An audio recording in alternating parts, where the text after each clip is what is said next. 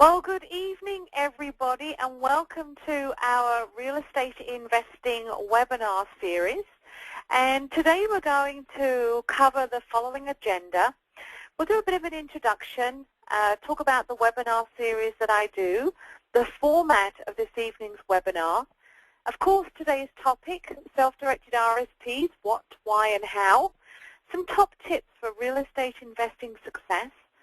We'll make sure we have a great Q&A answer session and also give you an idea of the next webinar subject and time, and we'll wrap up.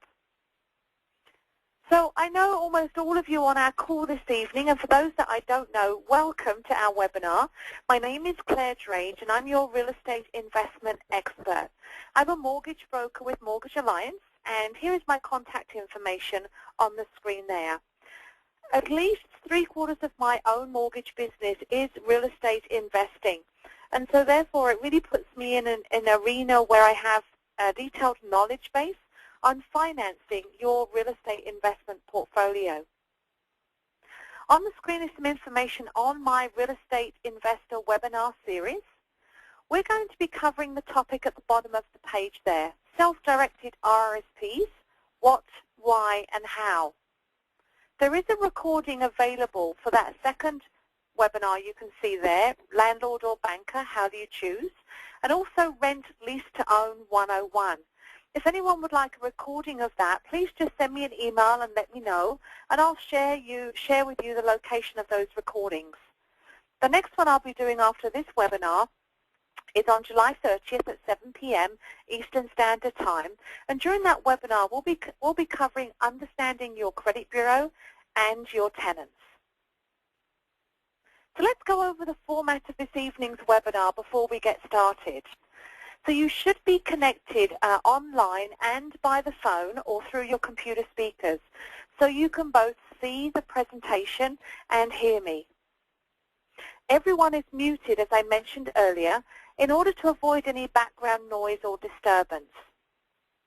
If you have any questions, please type them using the question format, and at any time type out a question. If I don't get to your question immediately you send it to me, it might be because I'm going to answer that question sometime during the presentation, or I'll wait to answer your question at a break in the webinar. But we'll make sure we answer all your questions. We'll also make sure we have a good 10 minutes at the end of the webinar where if your question is quite long, I can always unmute you individually and you can ask your question out loud. Similarly, if you have a question but it's personal in nature, as in it's very specific to yourself, what you might like to do is just make a note of the question and maybe send me an email and we can have a private discussion about your specific question if you don't feel comfortable asking the question in a public format such as a webinar. This webinar is being recorded and the link will be sent to you later. So if for any reason you have to leave, stay as long as you wish, we'll probably be about a good 40 minutes on the webinar today. But if you need to leave, do not worry. I am recording it. We'll just send you the link later. Also, similarly, after you've watched the webinar this evening, you might find it's of interest to either yourself or some people you know that will be interested in investing their RRSPs in real estate. So feel free to share the recording and share the webinar information with anyone. It's absolutely there for free information and sharing. So is everyone cool with the format of the webinar? Again, if anyone's got any questions or you're having any challenge hearing me, please let me know. Just type out using the question format. So today's topic, as I mentioned, is self-directed RRSPs, what, why, and how. So first of all, let's talk about self-directed RRSPs, also known as SDRSPs. What are they? They are a type of registered retirement savings plan whose owner, you, determines the asset mix held in the trust. The trust refers to your RRSP account. So a self-directed RRSP is where you, who own the RRSP, you decide where you want to hold those RRSP funds in the trust account. So what's really the difference between a regular RSP account and a self-directed RSP account? Well, a regular RSP account is a Canadian retirement savings vehicle to which you make contributions that are tax deductible on an annual basis up to a certain amount. Typically, these are managed by a money manager account via your financial planner or the lending institution that you've got the RSP with. During our webinar this evening, you'll notice that I don't typically mention individual financial institutions until we get to the self-directed portion. But anyone on the call this evening, if you already have an RSP account, we're referring, when we talk about the money manager account, we're referring to whoever is looking after your RSP for you now. Could be a major financial institution, a trust company, could be a pool of funds with a financial planner. That would be a regular RSP. So your money manager, whoever's looking after your RSP, they are pretty much the ones deciding what vehicles your RSP is invested in. A self-directed RSP account is the same as above, but where you, let's call you the investor, can determine the portfolio of investment products in your RSP. These investments must be RSP eligible. So just to recap, a regular RSP means you basically give your money to someone else. They decide what you invest in. A self-directed RSP means you decide what you invest in, and you instruct your RSP account holder on what to invest in. So what you can invest in your RSP has got to be eligible. On the screen here, you'll see there's a list of, 20 or so eligible RSP investments. So these are items or vehicles that you could decide to invest in your RSP. So there's many things there: Canadian bonds, corporate bonds, foreign currencies. You know, there are some conditions that apply, but you can invest in small business corporations, venture capital corporations, and the list goes on: gold, silver, bullion, coins, bars, certificates, etc. What we're going to focus on during our webinar this evening is mortgages in real property in Canada.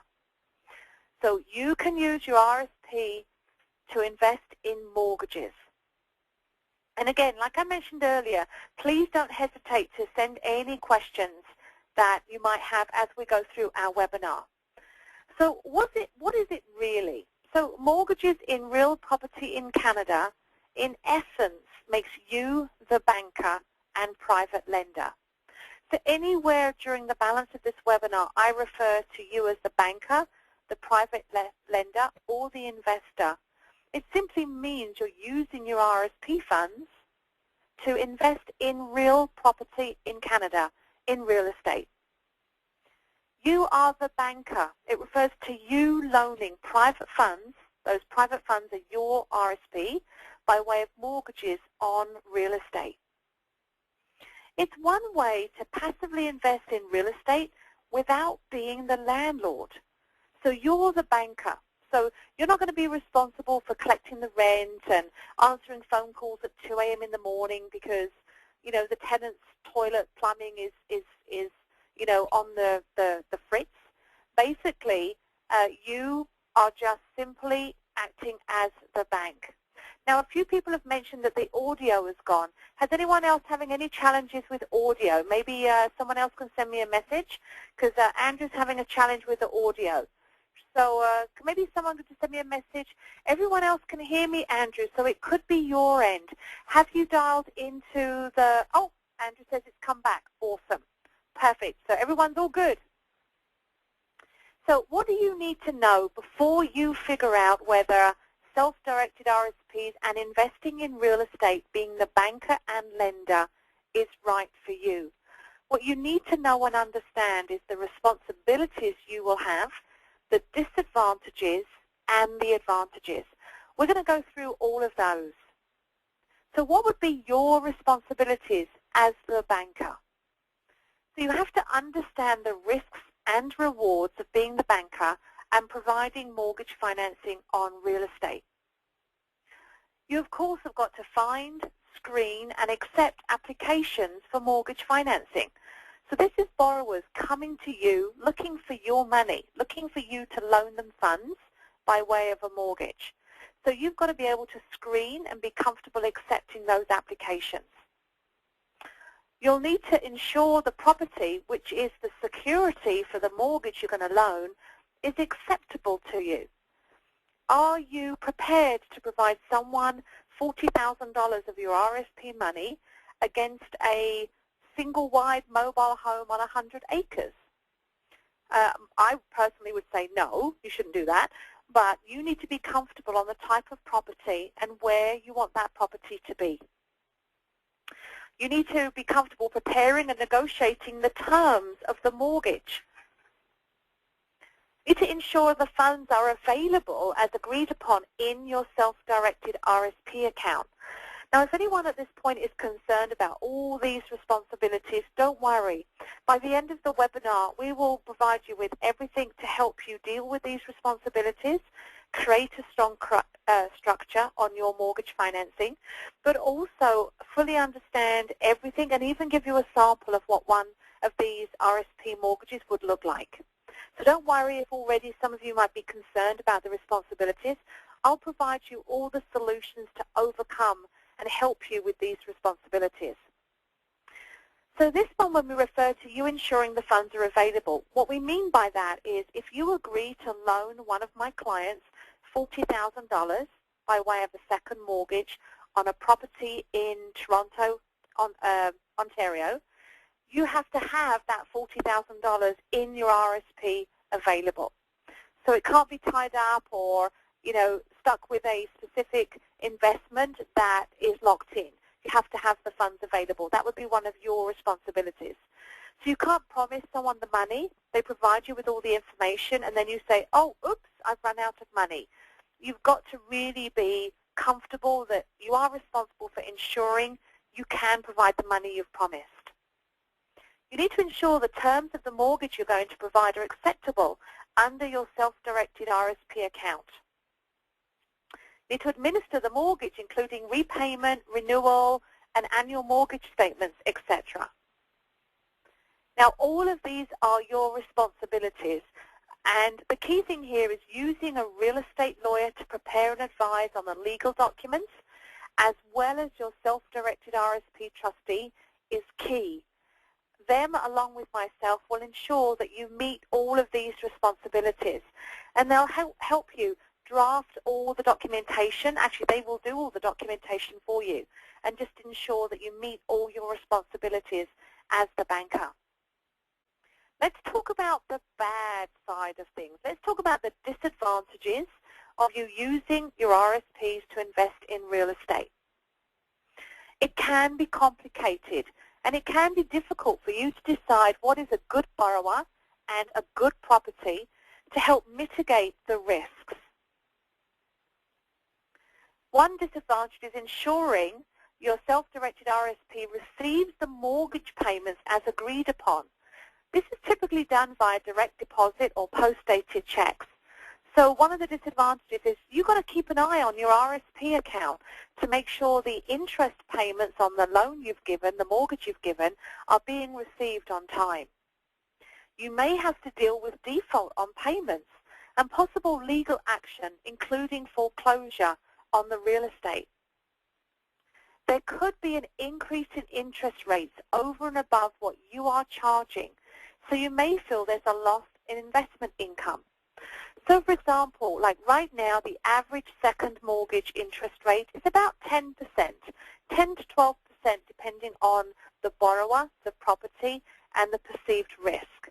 Now, that's today. Now, you promised to provide someone a second mortgage for $40,000 for a year, but in 6 months, at say 10%. But in 6 months' time, interest rates go up, and in 6 months' time, you could actually maybe get 14% on a second mortgage. The disadvantage is you already agreed to loan the borrower today at 10%. So therefore, you can't halfway through the term of the mortgage change your mind on what you want to charge. Just exactly the same. Think of this just exactly the same as your existing lender or your past lenders have been to you when you got your first mortgage or you have a secured line of credit. You agree with the terms that you're going to pay the loan back, and similarly, your mortgage lender's not going to come back to you and increase the rates because they're not allowed to. The same thing applies with you because, in essence, you are the banker. If default occurs followed by foreclosure, it could result in a possible loss of your principal and interest. So the worst case scenario is you loan someone $40,000 in a second mortgage using your RRSP. They default, they go into foreclosure, and you lose all your money. It's really important that you're aware that this is not 100% guaranteed. Nothing is ever guaranteed. Anyone that says to you it's 100% guaranteed is lying or is misrepresenting the information. And sure, this is a big disadvantage, but again, during the rest of the webinar, we're going to talk about how you can overcome these. One other disadvantage would be if you want your funds back quickly, you can't just get them back. You can't just ask for them back because they're tied up in real estate. So if you promise to give someone that second mortgage at $40,000 for 1 year, in 2 months' time, you can't suddenly go back to that borrower and say, hello, I'd like my money back, please. I want to buy a trailer or a fifth wheel, or I want to take my wife on a cruise around the world. You can't do that. Your funds are tied up. Your profits and your principal are also tied up within your RRSP account, so therefore you can't access them until you're 65 without withholding tax and penalties. This is no different this is a disadvantage of RRSPs, period. It makes no difference with it being a self-directed RRSP account. So similarly, unless you want to pay the withholding tax, your funds are tied up within your RRSP. At age 71, you have to convert your RRSP into a RRIF or a LIF. So that's the one thing to consider. So typically we recommend that we do second mortgages out of a RRIF or a LIF when someone is nearing the age of 71. And I'll be really honest with you. If someone is reaching, 65 to 71 years old, putting them into second mortgages, which does have risk, or first mortgages or private mortgages, does have risk. So typically, depending on your amount of assets you have and other retirement funds, I'd probably recommend that at the age 65 and upwards, you wouldn't necessarily do second mortgages. You might well consider just putting a lot more of your funds into cash or guaranteed bonds and GICs, just to put them in a less volatile situation as your maybe income from a job has diminished, in order to protect your assets 100% because you're at that retirement age. You can't provide mortgage loans to your close family or yourself. Now, in this webinar, I'm saying you can't do that. You can, I won't lie to you, you can give mortgages to a close family or yourself. However, using your RRSPs to do this is extremely complicated. It's very long-winded.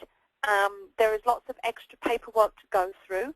It has to be default insured, which means you incur additional costs.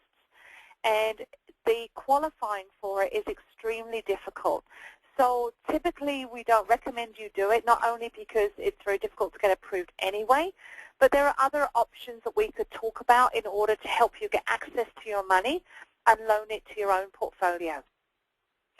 So many of these disadvantages can be overcome by hiring the right real estate lawyer, self-directed RRSP trustee, and mortgage broker like myself on your power team. All of these disadvantages I have to highlight to you because I'm licensed, and also it's important that you're aware of all the good, the bad, and the ugly.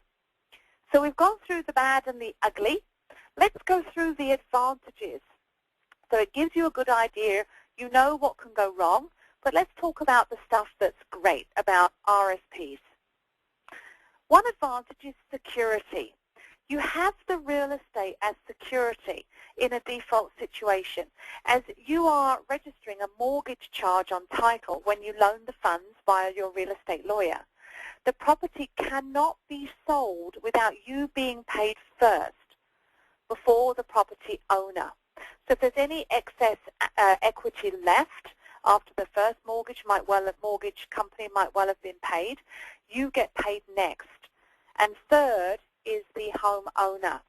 So therefore, even though there's disadvantages that you could be in default, assuming I have helped you select the right property with the least amount of risk and concern, you have that property as security.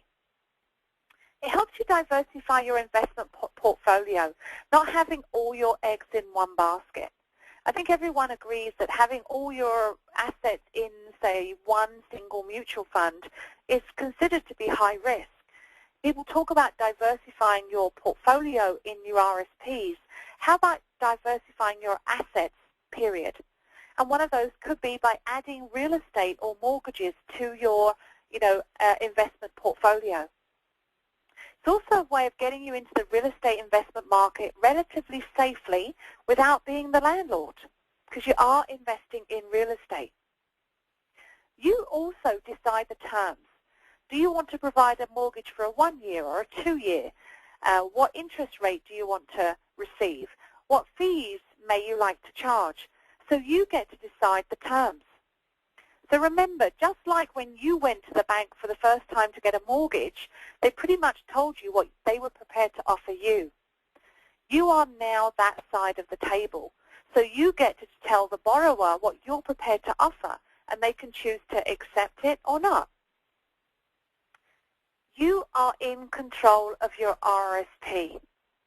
Most people that really look at this as an opportunity are those that didn't even know you could do this, but similarly you might be frustrated or concerned about the performance of your RRSP portfolio over the last 2 to 5 years.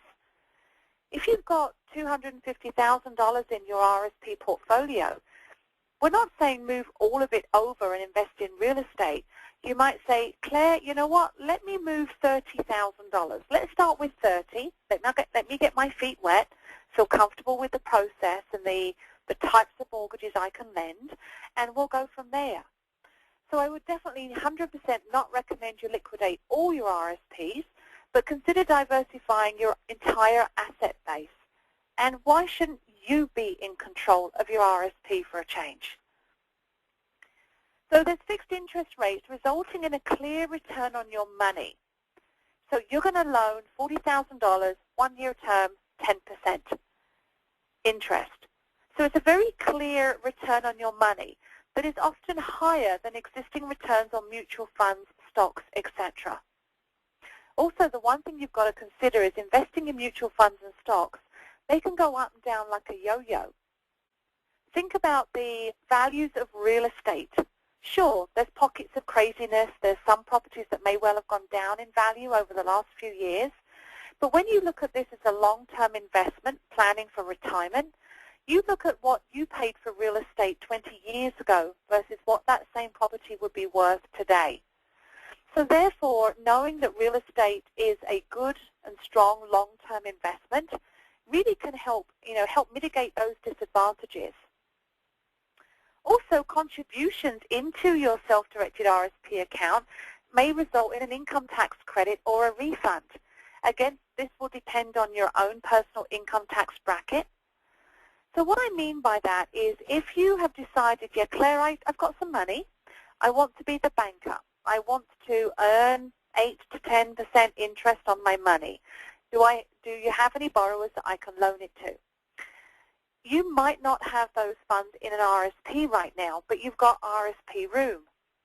So rather than saying, okay, here's $20,000, Claire, I'll give it to you in cash via the lawyer, I do not handle any cash, I might say to you, you know what, why don't you put it into your RSP first?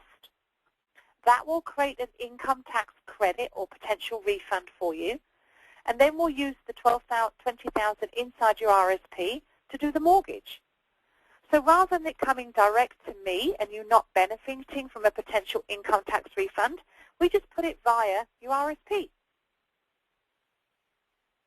The other advantage, of course, is tax-deferred growth, which will accumulate within your RSP. So you can shelter the profits from tax until withdrawal. So earning 10% on your RSP money right now is great. And keeping it in your RSP means you're not going to pay income tax on it now at today's income tax bracket that you might have. You're going to pay it when your income presumably is a lot lower. So you can do some real great income tax planning on when you decide to withdraw from your RSP in order to maximize the deferred tax benefits. Often, you as a lender will charge an upfront fee. So you are the lender. So that is your fee for service, and it is an immediate return on your capital.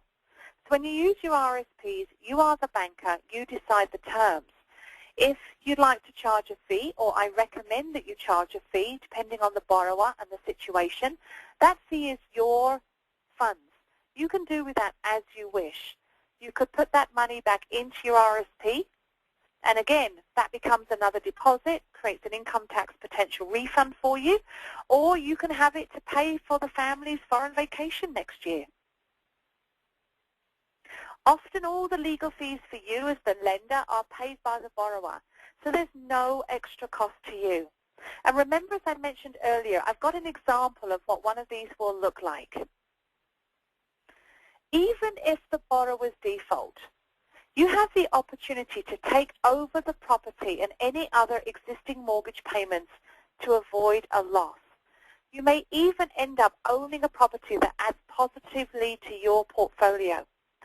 So because you're registered on title as a lien, as a mortgage lender, if the existing borrower defaults on, say, a first mortgage that's in front of you, you will get notice of that. So therefore, you have the opportunity, as I've detailed here, to actually take over those payments and maybe negotiate with the owner of the property, your borrower, terms and conditions, and potentially take over the property to avoid that loss. So before I go on to the next advantages and continue with this, just a reminder for those that are on the call who have just recently joined us, don't forget, if you have any questions or if you're having challenges hearing me, please use the question format on the webinar, and I'll make sure we get to answer all your questions. So another advantage is giving you the freedom to build and manage your own investment portfolio. There's very small administration fees that are involved in having a self-directed RSP account, which often are a lot less than traditional money manager RSP account fees. If you've paid attention to your RSP statements you receive from your current money manager, you'll notice that there may well be fees each month that are taken from your portfolio. These items, these fees, are often higher than having them inside a self-directed RSP account. So moving on to more advantages, you'll notice we have 3 pages of advantages for you. So of course, I mentioned earlier, you can shelter the profits from tax with it until withdrawal. Actually, I think I've probably covered all of these. I think we've got a bit of a duplicate. I might well have gone backwards. So just to kind of recap on the advantages have simply got to outweigh the disadvantages for you. And that's going to be the key thing. You know, despite all the disadvantages and responsibilities you have, a lot of those you already have with your RSP anyway. So therefore, making sure that you're fully aware of the good, the bad, and the ugly means that I've done my job as a mortgage broker, and that you go into investing as the banker and the borrower with your eyes wide open. But let's really talk about how safe and secure is your investment being your RSP. So as I mentioned earlier, you need to know that nothing is 100% safe, secure, and guaranteed. However, let's just do a quick recap. You are registered on title on quality real estate, just like the banks. You receive monthly trustee statements from your self-directed RSP account holder to keep track. You receive a complete package to determine if you are happy with the real estate and the borrowers before you loan any money. You are named insured on both the property insurance policy and the title insurance policy.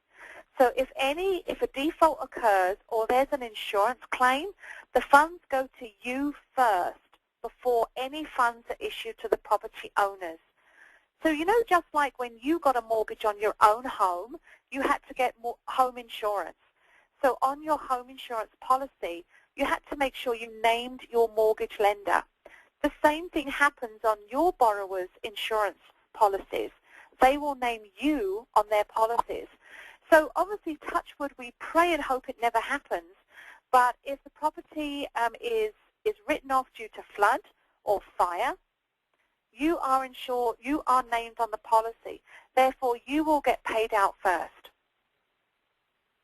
So how do you get started? If this is something that you're interested in, how do you really get started? So you can start by either using an existing RRSP account, which could include LIRAs, RRIFs, and convert all or part into a self-directed RRSP account. So if you already have retirement accounts, you can basically convert all or part of them into a self-directed RRSP account. It's a very simple process, which I'll walk you through in a second. But if you don't have any RRSPs, you can just simply open a new self-directed RRSP account and use that. Similarly, if you don't want to be the banker using your RRSPs, you can use cash, of course. Don't forget, of course, if you use a self-directed RRSP account, it's got to be converted to a RRIF or LIF at the age of 71. So let's talk about those on the call that already have some RRSP funds. So you've already got an RRSP account, and you want to know what the process is to maybe take some or all of it out and move it into a self-directed RRSP account and invest in real estate.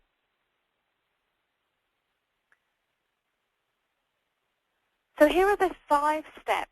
So step 1 that you can see on the screen is, first of all, what you want to do is open a self-directed RRSP account if you don't already have one. Now, what I'm going to do right now is recommend the 3 top favorite self-directed RRSP account holders. And I'm going to put them in order of preference. The first one would be Olympia Trust.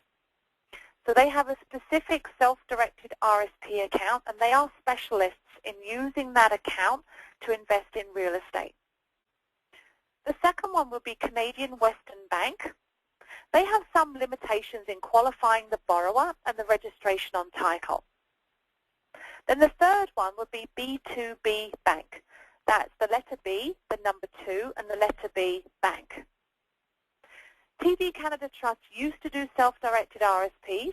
So if you already have a self-directed RRSP account with TD, you can absolutely use that. But unfortunately, April last year, they cancelled self-directed RRSP accounts. Now, many of you who have RRSP accounts, your RRSP account holder might well tell you that they also do self-directed. The question you have to ask them is that, do they do self-directed for mortgages? That's going to be the key question, because other than the 3 I've just mentioned, so Olympia Trust, Canadian Western Bank, and B2B, there are very, very few other lenders that offer self-directed RRSP accounts. And why don't they do that? Why don't financial planners offer this to you? There's a number of reasons.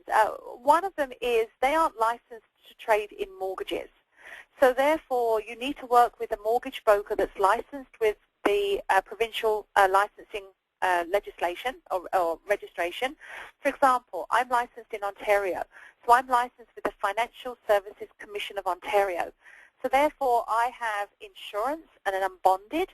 So if there's ever a default or a claim, I have insurance coverage to cover that. So financial planners are not insured to trade in mortgages or licensed. So therefore, they'll steer away from advising on this. Also, when you direct where your funds go, typically on a self-directed RRSP account, it means your financial planner isn't unfortunately receiving an income or revenue. So sometimes they'll steer away, they may steer away due to lack of revenue for themselves. But none of the major banks will want to tell you about this because, hey, wouldn't they be concerned that there's a lot more people lending borrowers money, that they can't borrow the same borrowers money? So basically, if all the banks were to tell you about this, they'd be concerned that they wouldn't be required to lend borrowers money because there's too many people doing it privately like we're talking about today. So step one is open a new account and set it up. Step two would be review the property and the borrower and approve the investment and the dollar amount you're prepared to invest. Then what you want to do is submit some forms that will help you fill in to your RRSP account holder to confirm the terms of the mortgage you're lending. What that RRSP account holder does, it sends funds from your RRSP to your real estate lawyer in trust. So no money goes directly to the borrower or to me. All the funds remain within the RRSP umbrella and your real estate lawyer's trust account. That's really important that you're aware of because it protects your money. No one gets it unless everything has been covered legally. Then your lawyer will register a lien on title. You are the banker. So once that's happened, step 4 is you start to receive your payments, either monthly or at the end of the term by way of a balloon payment. Your RRSP account continues to grow, and then you can reinvest any balance in your RRSP account, again, in more mortgages. At the end of the term, so maybe you've committed to that $40,000, 10% interest-only payments for 1 year. What happens at the end of the 1-year term? You'll either receive all your money back, or you could reinvest in another opportunity, or you might even renew that mortgage with the borrower. If you have, the previously was for a new RRSP account holder, and opening up for a new account is exactly the same, except obviously you're going to be open. Step 1 will be what's different. You'll open the new self-directed RRSP account as normal, and then you'll deposit the funds directly. So you're going to use this kind of format if you're going to deposit cash into your self-directed RRSP account, as opposed to doing a transfer from an existing RRSP account. So I hope I haven't lost anyone yet. I haven't confused anyone. I hope you're all finding this useful and informative. So let's talk about some of the terms and give you a sample of what one would look like. So some decisions that you have to make as the banker on each mortgage loan. You have to decide how long is the term, 6 months, 1 year, 2 years, 5 years. Is the mortgage going to be fully open or closed? So what that means is, are you, as the bank, going to give the borrower the opportunity to pay the money back with no penalty or a penalty during the term of the mortgage? What interest rate do you want to be paid? How often would you like to get paid? Would you like monthly payments, or are you happy to maybe receive a higher interest rate but receive a lump sum payment at the end? What sort of compounding would you like on that interest? How much in lender fees are you going to charge, if at all? Your legal fees, who is paying them? 9 times out of 10, the borrower will pay all your legal fees. And also your self-directed RRSP admin fees, who is paying them? They tend to be relatively small, like $165 a year, for the account, about $100 to administer the mortgage. So they're very minimal on a yearly basis. But these are some of the things, some of the decisions or things you have to think about. So terms to select from and types of mortgages that you might want to loan. Here are some options that you might be presented with. So the interest rate could vary from 5 to 16% per year or higher. It could be compounded monthly, semi-annually, or annually. In a moment, I'm going to talk about a bit more detail about the compounding, but basically compounding, actually I'll do it now. Compounding refers to how many times per year is the interest calculated on the balance outstanding. You will earn more money as the banker if it's compounded more often, like monthly, as opposed to annually, which means the interest rate's just calculated once a year. The most favorable for you as the banker is compounded monthly. So I'll give you an example. Any of you out there that have a secured line of credit, a variable rate mortgage with a number of lending institutions, or an unsecured line of credit, a credit card, your interest is being compounded monthly. So you are paying more interest on those types of loans as opposed to a regular 5-year fixed-term mortgage, which would be calculated twice a year. So if any of you on the call want to know specific lenders that compound their variable rate mortgages monthly, let me know. Send me a message and I will absolutely let you know which lenders they are, or if your mortgage is compounded monthly. It's important that you're aware of that if you are borrowing money, because the difference is about 0.05% on the interest rate. So sometimes lenders and banks can be a bit sneaky. They can say, yeah, we'll give you 0.05% lower than their competition. But what they don't tell you is they're going to calculate that amount. They're going to calculate that amount compounding monthly, whereas the other lender that might have a slightly higher interest rate is going to compound semi-annually. So in fact, you could be paying a higher interest rate overall based on the compounding. And Amit has a good comment about this excellent points on credit cards. So, you know, when you get lots of points on your credit cards and you're able to cash those in, that sometimes they can absolutely overcome those benefits of compounded interest. So you would need to decide whether you want to do first mortgages, second mortgages, third mortgages.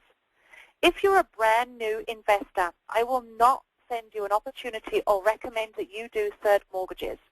Depending on the amount of equity that will be left in the home, maybe firsts and seconds. But if you're brand new and depending on your overall risk tolerance, which we'll determine together on a one-on-one basis, I would not recommend you dive into third mortgages in your first opportunity. So you might be doing 6-month terms, 1 year, 2 years, 3 years. You'll need to decide, is it open or closed?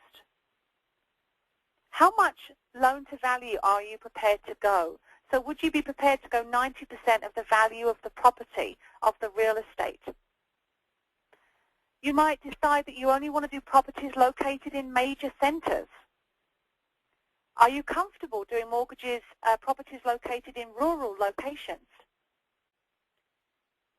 Do you want to do residential real estate, commercial real estate, industrial? You want to decide that you want all your legal fees paid. Remember that you set the terms, and if you don't like the deal that you're presented with, you say no. You are the bank for a change, so you get the chance to set the terms. Now, obviously, when I say that, you've got to be realistic on what the market is demanding. If there is a lot of private money available, then the terms that you negotiate might not be as favorable if there was no private money available. It's supply and demand. So there's a question about, let me go back to that slide, where is 90% based on the appraised value of the home? Absolutely. So when we're looking at doing second mortgages or first mortgages, potentially up to 90%, we are going to go on the value of the real estate. The value of the real estate is going to be based on the appraised value. So we do get an independent appraiser who has no vested interest in the property. They're randomly selected, and they will provide us with a very detailed 15 to 20-page report which will determine the value of the property. The appraiser will visit the property, and also what they will do is they'll visit the property, and they will also take pictures, do comparables, look at recent sales, and give us a non-biased opinion of value. The borrower will probably say their property is worth more than the appraisal report will come back with, because everyone thinks they own a castle. But an appraiser is going to be realistic. And that appraisal report is what I'm going to dissect and go through before you even see it to make sure it's the right property. And Terry's got a question here about that you can't see questions. So with this webinar format, when someone posts a question, in order to keep their information private and their name, we don't post the questions to everybody. So you'll notice what I've done is as people have asked questions, I've repeated the question so that you can know what the questions are being asked. So hopefully that answers your question okay. So how do you get paid? So with each mortgage loan you approve, you usually select one of these options, that you will get paid by way of monthly payments through direct deposits or checks into your RRSP account. This is the most favorable and common way of getting paid. Or you might receive a balloon payment at the end, which means the interest accrues until the end of the term, and you get one big check for the principal and your interest at the end of the term. What I want to talk about is I want to talk about what we call the rule of 72. So I don't know if anyone has heard about this, but basically if you divide the interest rate you're going to receive by 72, it will actually calculate how many years it will take to double your money. So therefore, one handy exercise to do is go grab one of your RRSP statements.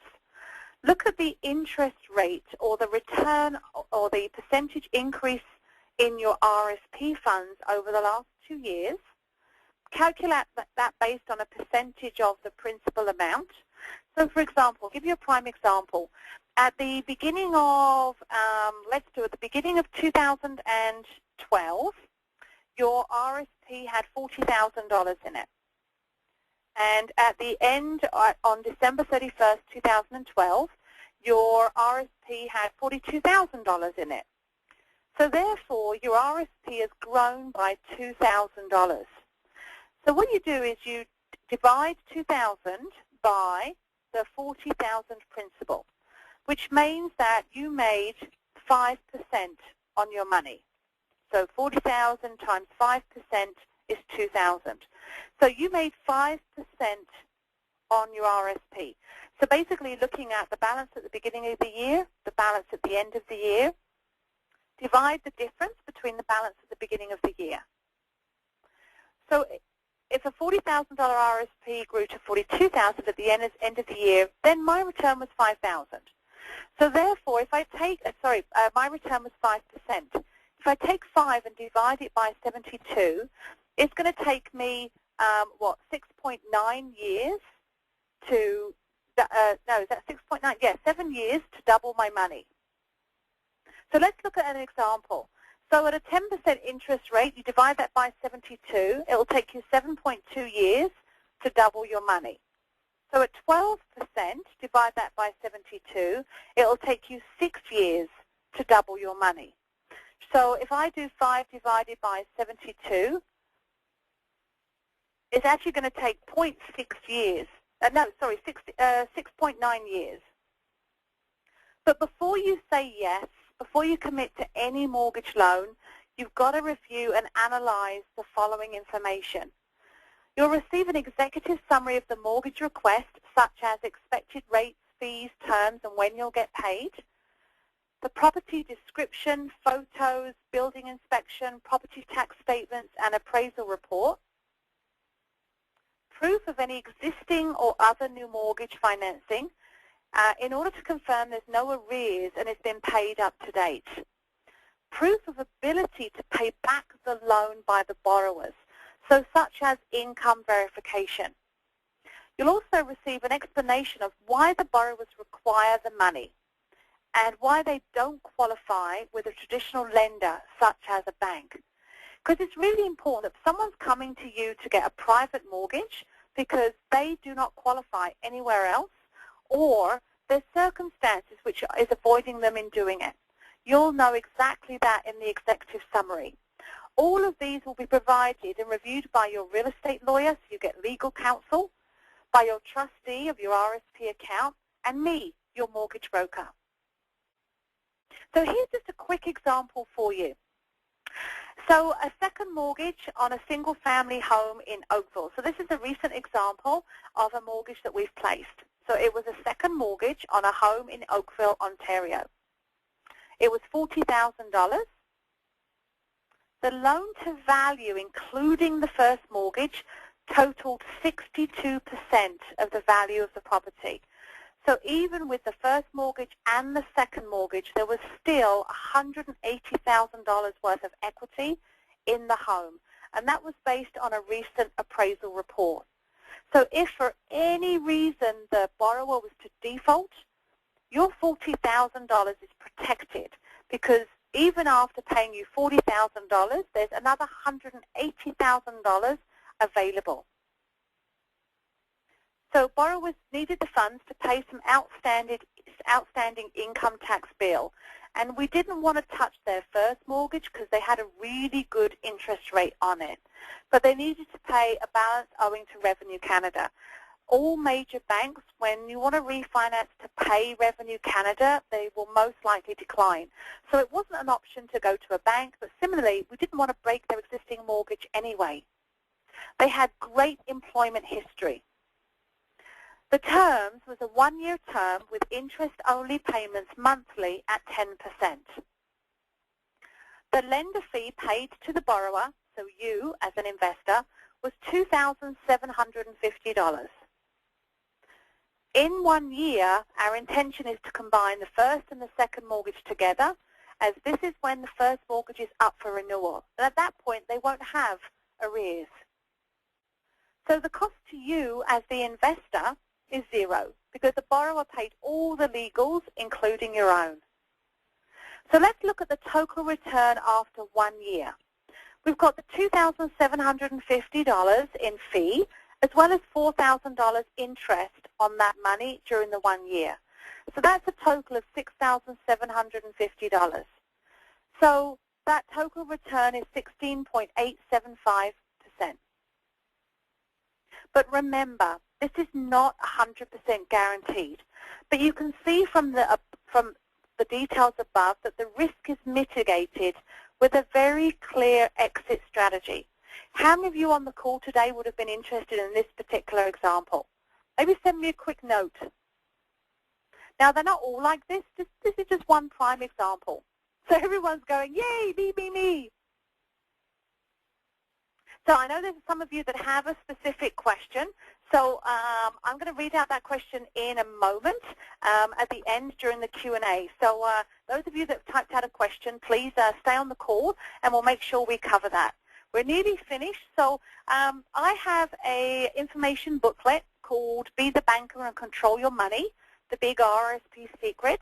Feel free to email me at claire@yourmortgageoptions.ca, and I'll send you a copy of this ebook. It's informative. It's basically a lot more detailed than our webinar this evening. But even if you are a real estate investor yourself and you would like to encourage friends, family, and colleagues you know to invest in real estate in you as the borrower, you can forward them this booklet, and it will explain all of this in great detail. So how do you find these opportunities? Well, of course, me, your mortgage expert. So when a client applies to me for a mortgage, they may require non-traditional financing, which would be through you as the investor. Existing homeowners, these are another way to find opportunities. Legislation recently changed, well, not recently, a while back now, over a year ago, where homeowners can only refinance up to 80% of their value with traditional lenders. So many will now use mortgage financing to make up the difference. Real estate agents are a great source of opportunities like this who will have clients. Friends, family, and colleagues, someone you know that just needs a break and some funds. But please note, you can't loan to close families. Remember I mentioned this to you before, that even though you can, it's so complicated that, trust me, it's not worth the hassle. Plus, I'll be honest with you, loaning to friends and family can sometimes be a bit tough. But I actually recommend that you use one of my other investors' funds to do that. Michael, the question that you've given me there, hang on the line. I'm going to make sure we answer that.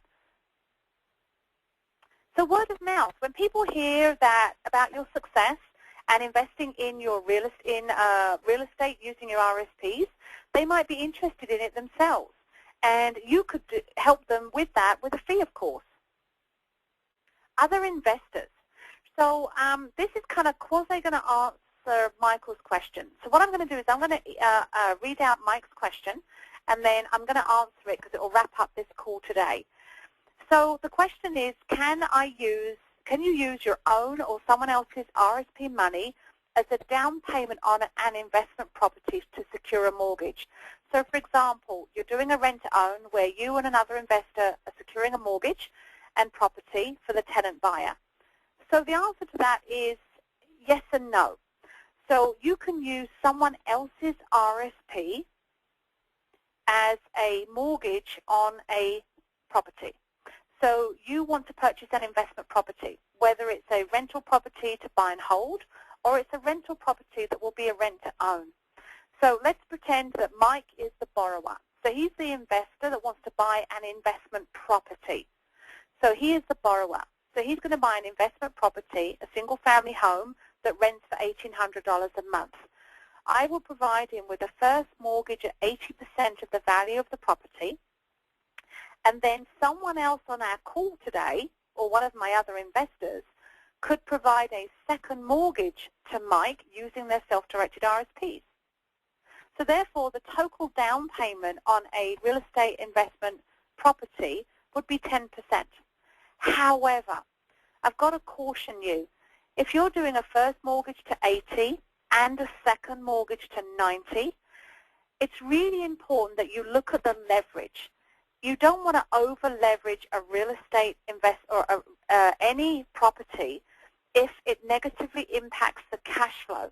So if the monthly payments you have to make on the first mortgage and the second mortgage and the property taxes and the maintenance and the vacancy, the utilities, insurance, etc., if they result in the property not cash flowing, or there's concerns about the value of the property not increasing in the long term, then you might be over-leveraging, which I wouldn't recommend.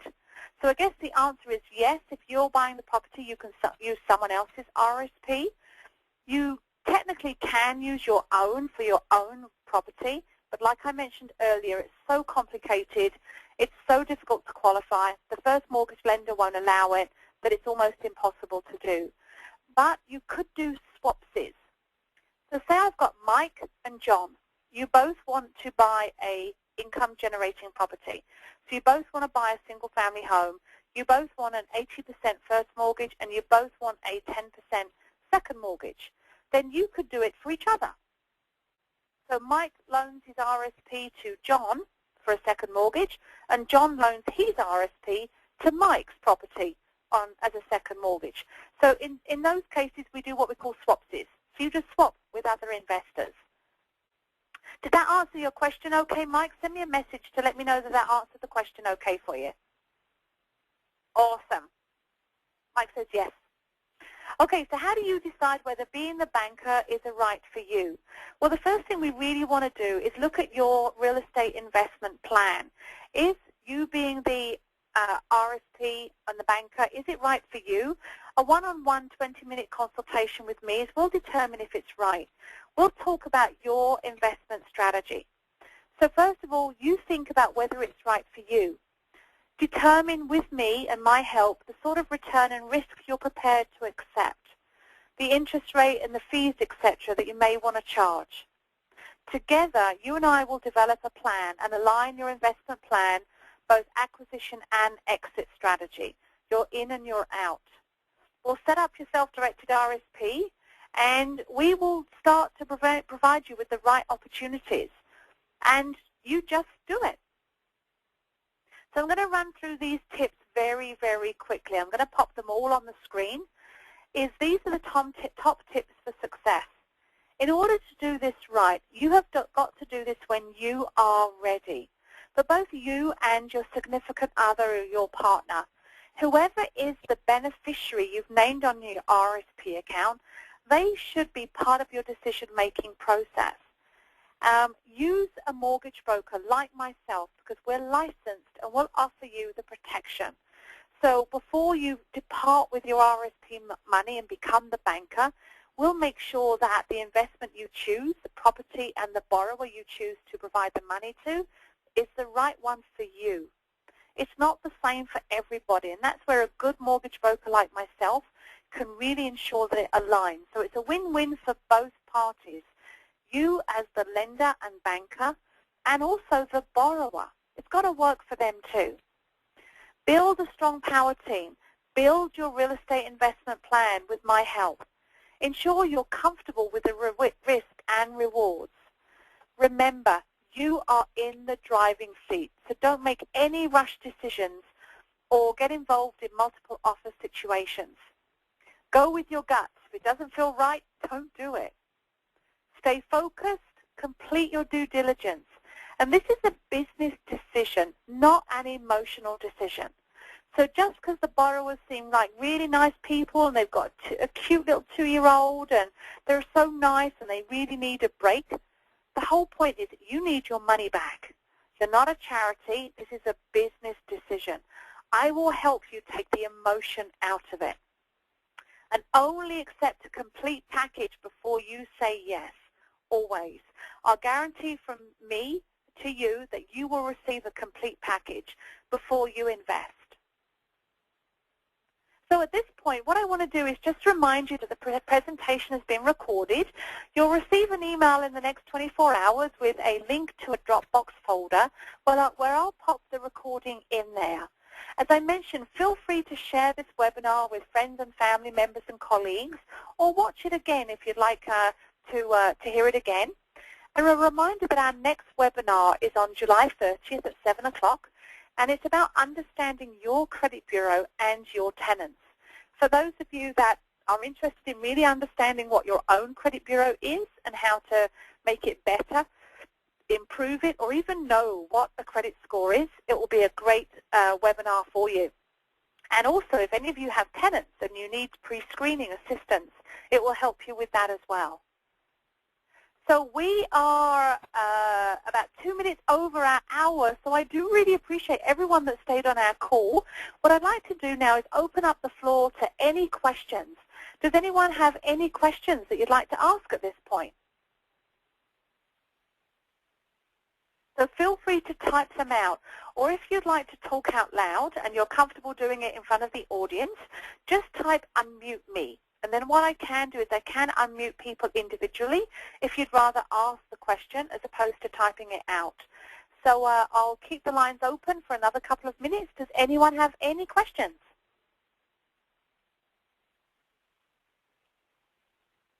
So one question is, can you open more than one RRSP account? Absolutely. You can open as many RRSP accounts as you like. Some people like to have one RRSP account for each loan that they give, so each property, each mortgage. And also, yes, you can absolutely use your tax-free savings accounts. So someone is asking, could you use your tax-free savings account? So absolutely. So what you would do in that case is, if you already have a tax-free savings account, what you would do is open up a self-directed account, self-directed RRSP account first, and then transfer the funds in your TFSA into your self-directed RRSP account. And that will actually create an income tax credit because it's an RRSP contribution. Or it can go directly from your tax-free savings account to the borrower via the lawyer in trust. There's a couple of different options there if you have a tax-free savings account. Either way, how it's withdrawn from your account, you will avoid any withholding tax, of course. You won't be taxed on withdrawal because you're keeping it in as an investment. So there are a couple of great questions. Thanks, guys, for those. Do we have any other questions before I wrap up and let you go? So there's one question about, do I have any mortgage brokers in Quebec who sort of think like I do? There are a number of mortgage brokers that I know in Quebec, and I have made a note of your name there that's asked this question, and I'll make sure I do a virtual introduction for you and recommend a couple for you. I won't lie to you, they're not as good as me, but that's me being a bit biased. But they absolutely are fully aware of this kind of strategy. So I can absolutely connect you to the right mortgage brokers. So any other questions before I let you guys enjoy the rest of your evening?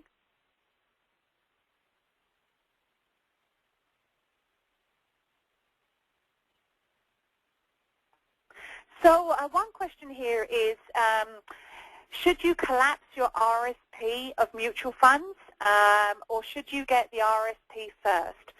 So the one thing you want to do is, so someone's asking, asking whether should you cash out your mutual funds first, or should you open up your RRSP account first? So the answer to that question is, the first thing you always want to do is call your existing RRSP money manager. Whoever you've got your RRSP account with, whoever's sending you statements, call them up. Tell them that you're thinking of liquidating into a self-directed RRSP account your mutual funds. Ask them, are there any penalties or fees to do that? You need to get a good idea to ensure that the mutual funds they've invested in for you aren't locked in, or that there are large penalties for you to remove your funds from them. That will give you a good idea of what your value will be of your RRSPs after you collapse them. So once you know that number and you're comfortable, because, for example, if you've got $10,000 in mutual funds, and if you were to collapse them or move them into a self-directed account, the penalties are like $6,000. You're only going to be left with $4,000. So why would you do that? So ask your RRSP holder what any fees or penalties there will be if you were to collapse or move your RRSP funds. And then at that point, open up the self-directed RRSP account. When you open up the self-directed RRSP account, and let's say, for example, it's with Olympia Trust, what you'll actually do is you'll send your RRSP statement, your latest statement, to Olympia Trust, along with signing a transfer request form. Olympia Trust then actually sends that to your existing RRSP holder. So you don't actually do the transfer. The self-directed RRSP account holder, Olympia Trust in this example, does all of that for you. So hopefully that answers your question okay. So there's 3 stages if you like. Call up your RRSP holder first, find out what fees and penalties you'll have to pay to move your RRSPs. Then open an RRSP account if you're comfortable moving forward. And your self-directed RRSP account holder, they will initiate the transfer for you. So one question here is, how do you determine what lender fees you want to charge? So basically, I will give you some guidance on what I think you will charge. I will give you a very good idea of what the market is demanding, what other private lenders are charging, and I'll give you an idea. So, you know, when you looked at that $40,000 second example I gave you, there was a $2,750 fee attached to that. That was based on the risk and the overall deal. Now, if that deal was a 90% loan-to-value second mortgage, those fees would likely have been $5,000 or $6,000. We might well have kept the interest rate at the same, but we would have increased the fees to you as the lender. So the risk of the loan will determine the fees and the interest rates. So the lower the risk, the less the fees, the higher the risk, the more fees you can get up front. So another question here is, if I have room to contribute to RRSP, because I haven't contributed for several years, can I get a loan at a low rate? So can you get a loan, like an RRSP loan, and, you know, open up an RRSP account? Absolutely. There's many financial institutions that can provide RRSP loans. There's a number of them that I recommend, and it will depend on your personal situation. So if you filled out an application with me and I know your overall financial situation, I can absolutely give you some recommendations on which lenders will provide RRSP loans so that you can have an RRSP in order to invest in real estate. Another question here is, because basically what you're doing there is, if you can borrow at, say, 3% or 4% money to invest in an RRSP, and then you can lend that money out at 10%, the difference is your profit. Remember, you're the banker for a change. So think about it like, even if you have a secured line of credit on your home right now and you're not using it, if it's costing you 3.5%, like prime plus a half to borrow off your line of credit, you borrow at 3.5%, you lend at 10%. The 6.5% difference, that's your profit. So it costs you nothing, but you're gaining the profit. You're earning the interest for a change. You're the banker. And I think we all know how much banks make in profit. So you get to be the banker for a change. So it is 8:10. So I'm probably ready to wrap up for the end of the evening. I'll take any more last-minute questions. But I want to thank you guys for all your all your questions here, as well as your wonderful comments and how much you've appreciated the this particular webinar and the content. We have one last question here is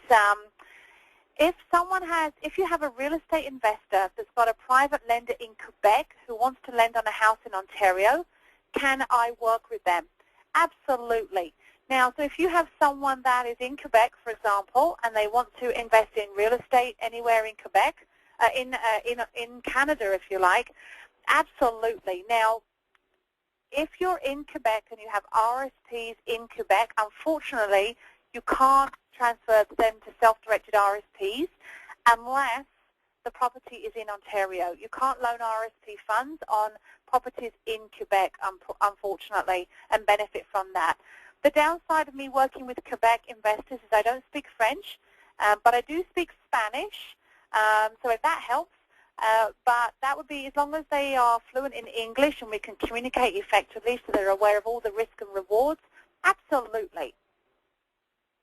One other question is, oh, it's funny, Peter, hola, buenas noches, ¿cómo está? ¿Bien? So Peter's just sending me a quick message in Spanish. So one last question here. So lender fees, do they get credited into the RSP or can they come directly back to you? The bottom line is you get to choose. So I'll give you an example. So you provide a $40,000 second mortgage using your self-directed RSP. You are going to charge $3,000 in fees. You have two options. Option one is the money that comes out of your RSP account is only $37,000. So the $3,000 fee remains in your RSP account. It can accumulate with any funds and then be loaned out to someone else. So that's option one, which is basically your RSP keeps the fee. Alternatively, your RSP can, out of your RSP comes the full $40,000. It gets transferred to the lawyer in trust, and then on closing, the lender fee of $3,000 is paid to you directly as a check. So the beauty of that, of course, is what most people will do is actually take that fee of $3,000 and put it back into your self-directed RSP account. That becomes another RSP contribution, which in turn could create an income tax refund for you or credit. So I prefer the latter method. You take out the full $40,000 and then you keep the fee and you decide. I have some investors that will take the fee and, you know, use it as a down payment for your own property or paying off some debt or, you know, paying for a wedding for a child or university education. You decide. You decide whatever you want to do with that fee. So any other questions? We've had some amazing questions, so thank you guys. Everyone stayed on the call to listen to all the questions, so thank you. So what I'm going to do is just wrap up now. If anyone has any more specific questions, feel free to send me an email to claire@yourmortgageoptions.ca. Also, anyone that's interested in receiving that self-directed RSP information email ebook, also send me an email. I'm happy to send that to you. I'd like to wish you guys happy investing. I hope this webinar has been of useful information to you and just maybe given you a bit more idea of exactly what self-directed RSP accounts are. And thank you guys for all your comments and comments and questions that you've made on this call. It really makes my evening when my audience is interactive and has lots of fabulous questions. And boy, did we achieve that this evening. So just as a reminder, this is recorded, so anyone that's interested in hearing this again or forwarding this on to anyone else, don't forget, we'll send you that Dropbox access. That's the software we use to give you access to the recording. So I'd like to wish you guys a fabulous evening, and I will remain on the call for about the next 30 seconds just in case anyone has any further questions. Otherwise, feel free to leave the webinar, and I'll close it down in about 60 seconds. Thank you guys again, and adios muchachos. Muchísimas gracias. Thank you, everybody.